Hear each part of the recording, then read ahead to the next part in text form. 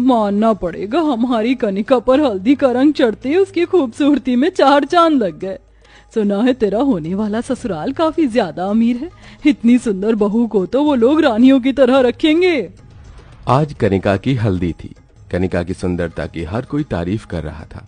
कनिका की सुंदरता की वजह से आज उसका रिश्ता शहर के सबसे बड़े परिवारों में से एक परिवार में तय हुआ था।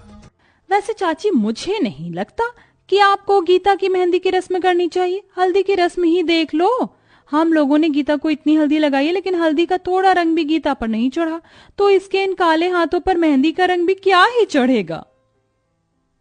मैंने तो सुना है लड़की का होने वाला ससुर लड़की के बाप का बचपन का बहुत अच्छा दोस्त था, इसलिए उसने अपने एक बेटे का रिश्ता इसके साथ तय कर दिया।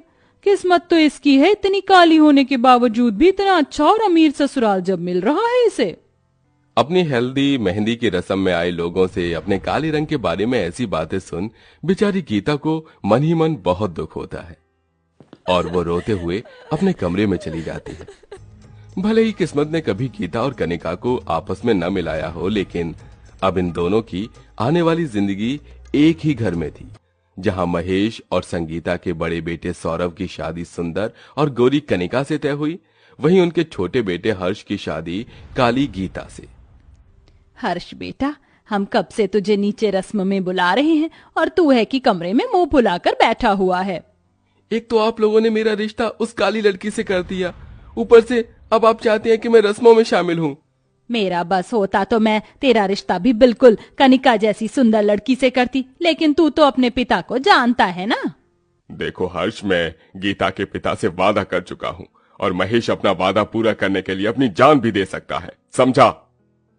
अपने पिता की बात सुन हर्ष कुछ नहीं कह पाता और ऐसे ही 2 दिन गुजर जाते हैं और आज हर्ष और सौरभ की बारात होती है, जहां एक तरफ सौरभ अपनी सुंदर होने वाली पत्नी को देखकर खुश होता है और खुशी खुशी उसके साथ शादी की सारी रस्में करता है, वहीं दूसरी तरफ हर्ष गीता के काले रंग को देखते ही उससे मुंह बना लेता है।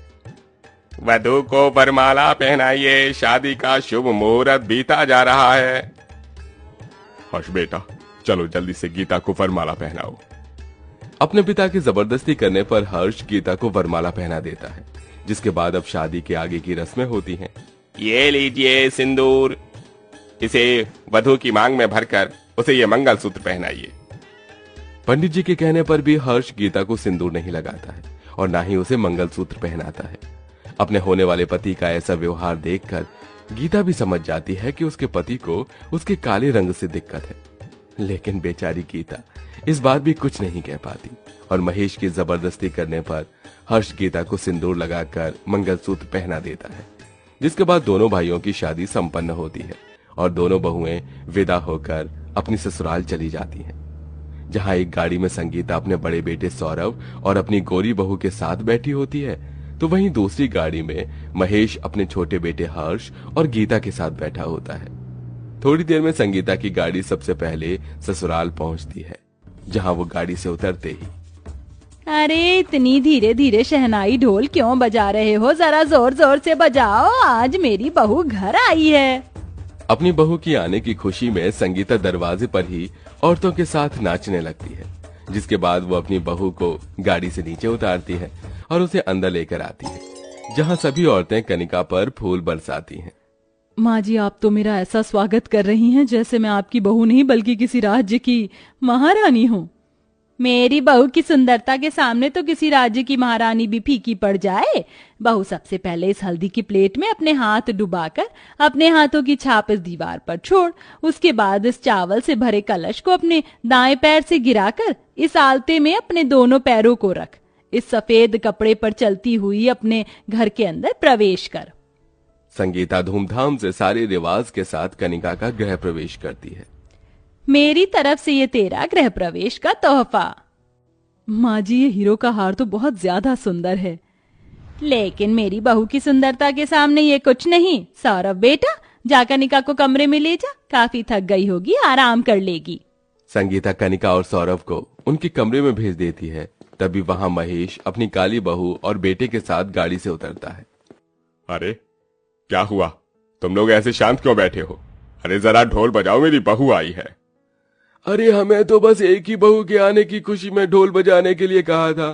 अगर आपको इनके लिए बजवाना है तो आपको हमें और पैसे देने होंगे। बैंड वाले की बात सुन महेश उन्हें पैसे देता है, जिसके बाद सभी फिर से शहनाई और ढोल बजाना शुरू कर देते हैं और महेश नाचता हुआ अपनी बहू गीता को अंदर लेकर आता है। गीता के काले रंग को देखते ही संगीता उससे मुंह बना लेती है। अरे अब वहीं खड़ी रहोगी या नई नवेली बहू का स्वागत भी करोगी? मुझे नहीं करना इस काली कलूटन का गृह प्रवेश। आपको ही शौक था ना इसे बहू बनाने का, तो खुद ही करिए इसका गृह प्रवेश। संगीता, तुम ये कैसी बातें कर रही हो? अभी तो तुमने अपनी गोरी बहू का गृह प्रवेश इतनी धूमधाम से करा, उसे तोहफा दिया और नाची भी, और अब अपनी काली बहू के लिए तुम ऐसा कह रही हो? अगर तुम्हें इतना शौक है तो तुम ही करो इसका गृह प्रवेश, मैं तो चली। अपनी सास का अपने प्रति ऐसा रवैया देख गीता को बहुत दुख होता है, जिसके बाद नर्मदा गीता का गृह प्रवेश करती है और उसे हर्ष के कमरे में ले जाती है। थोड़ी देर बाद हर्ष जैसे ही अपने कमरे में आता है, तुम्हारी हिम्मत कैसे हुई मेरे कमरे में आने की? निकल जाओ मेरे कमरे से। आपके साथ साथ ये मेरा भी तो कमरा है, मैं भला इस कमरे को छोड़कर कहाँ जाऊंगी? ये तेरा नहीं, सिर्फ मेरा कमरा है, समझी? निकल जा मेरे कमरे से। हर्ष गुस्से में गीता को कमरे से बाहर निकाल देता है। सुहागरात के दिन भी गीता को सारी रात अपने कमरे के बाहर ही बितानी पड़ती है। अगले दिन होते ही गीता तैयार होकर भगवान की पूजा पाठ कर अपनी रसोई की रस्म में लग जाती है। जहां गीता तरह तरह के पकवान बनाती है, वहीं कनिका अपनी पहली रसोई की रस्म में सबके लिए मैगी बनाती है। ये क्या कनिका बहू, तूने मैगी बनाई है?